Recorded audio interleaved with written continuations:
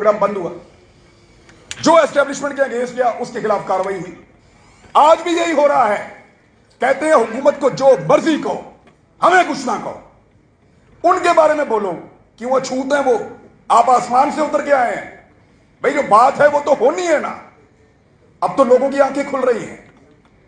यानी हमें बहुत बड़ा, हम धोखे में रहे। मैं सीरियसली आपके सामने कह रहा हूं। और बार बार ऐसा हुआ कि हमें लगा कि ये चीजें जो दिखाई जाती हैं या ये चीजें जो हम जानते हैं शायद ये ऐसे ही है, लेकिन बहुत घिनौने चेहरे सामने आए हैं, बहुत सारे हकायक हमें पता चले हैं। अब एक दूसरे का मजाक उड़ाने की बजाय असल मसले की तरफ आए।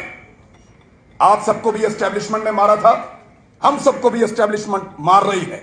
अरशद शरीफ के कत्ल के लिए भी पाकिस्तान की एस्टेब्लिशमेंट जिम्मेदार है। 18 मुकदमे थे उस आदमी के ऊपर, गद्दारी के और बगावत के। 24 मेरे ऊपर हैं, 11 इधर है समी इब्राहिम साहब के ऊपर। साबिर शाकिर पाकिस्तान से बाहर 1 दर्जन मुकदमे उसके ऊपर है। वो सिद्दीक जान, उसको मुकदमा दहशतगर्दी का उसके ऊपर देके उसको अंदर दिया है। लेकिन इसके ऊपर हमारे अंदर से भी ट्रोलिंग होती है। अच्छी बात है, हमने ये किया है तो हमारे साथ भी यही होना चाहिए। और अगर इसको रोकना है तो फिर मिलकर रोको। सियासतदान की कोई औकात नहीं है कि वो मारे। जब आपको मारेगा एस्टैब्लिशमेंट वाले मारेगा, आपको ताकतवर आदमी मारेगा।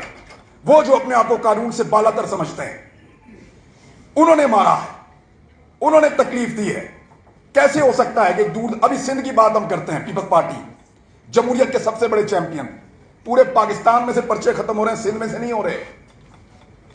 सिंध के अंदर अभी तक जो मुकदमे दर्ज किए गए हैं सहाफियों पे, वो खत्म नहीं हो रहे। और हम कह रहे हैं वो जमहूरियत के सबसे बड़े चैंपियन हैं, सबसे आगे आकर बात भी करते हैं, अभी तक नहीं खत्म हो रहे। क्यों नहीं हो रहे? एक्चुअली एस्टेब्लिशमेंट से उन्हें उम्मीद लगी है। अब उन्हें लगता है कि शायद हमारी बारी आएगी। आज पाकिस्तान तहरीक-ए-इंसाफ को लगता है कि वो गवर्नमेंट इन वेटिंग है, हो सकता है उनकी हुकूमत आ जाए। लेकिन उनको बड़ा क्लियरली अपने मंशूर में यह लिखकर देना होगा, या फिर हम उनके पीछे भी ऐसे ही जाएंगे कि हमें इंसाफ चाहिए। सब जानते हैं किसने मारा है, सबको पता है। अदालत जो है, उन्होंने नोटिस लिया। अब तक क्या हुआ? अब तक क्या हुआ? सिर्फ आप एफआईआर के अंदर से, जो उनकी वालदा ने एफआईआर के अंदर नाम लिखकर दिए हैं, वो नाम आप निकाल दें, बात खत्म हो जाएगी। ले लें आप इंसाफ। एक बच्चे को घर में घुस के मारा, जिसके बाद मीर साहब के ऊपर अताब आ गया। उसको घर में घुस के मारा और इंक्वायरी मेरी शुरू कर दी। आईएसआई वाले मुख्तलिफ दफ्तरों से मुझे फोन करके पूछ रहे हैं कि यार तुसी तो नहीं मारिया। मैंने कहा यार खुदा का नाम लो यार, मैं मारिया? यार अल्लाह का नाम लें, आप मेरे ऊपर इल्जाम लें। यानी हद हो गई है। मेरे ऊपर इंक्वायरी कर रहे हैं कि तूने मारा। पता भी है किसने मारा है। पूरा पाकिस्तान जानता है। जब तक अकेले अकेले बार खाते रहोगे, सारों को फेंटा लगता रहेगा। यह आग आपके दरवाजे तक आएगी, हर एक के दरवाजे तक आएगी, और इस आग में आप सबको जलना पड़ेगा। एक साथ अगर आप इस लड़ाई को लड़ लेंगे तो शायद आप जीत जाएं, लेकिन जितना आप इस लड़ाई से भागते रहेंगे अपने अपने सर्वाइवल के लिए, आप नहीं जीत सकते। आज सारे लोग इल्जाम लगाते हैं कि फलां ने ये कर दिया, फलां सियासतदान ने ये कर दिया।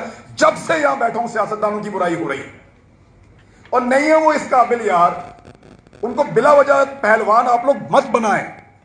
वो इस काबिल नहीं है कि वो आपको मार सके। बेचारे अपनी जान बचाते फिरते हैं, कोई उधर छुप जाता है, कोई उधर चला जाता है।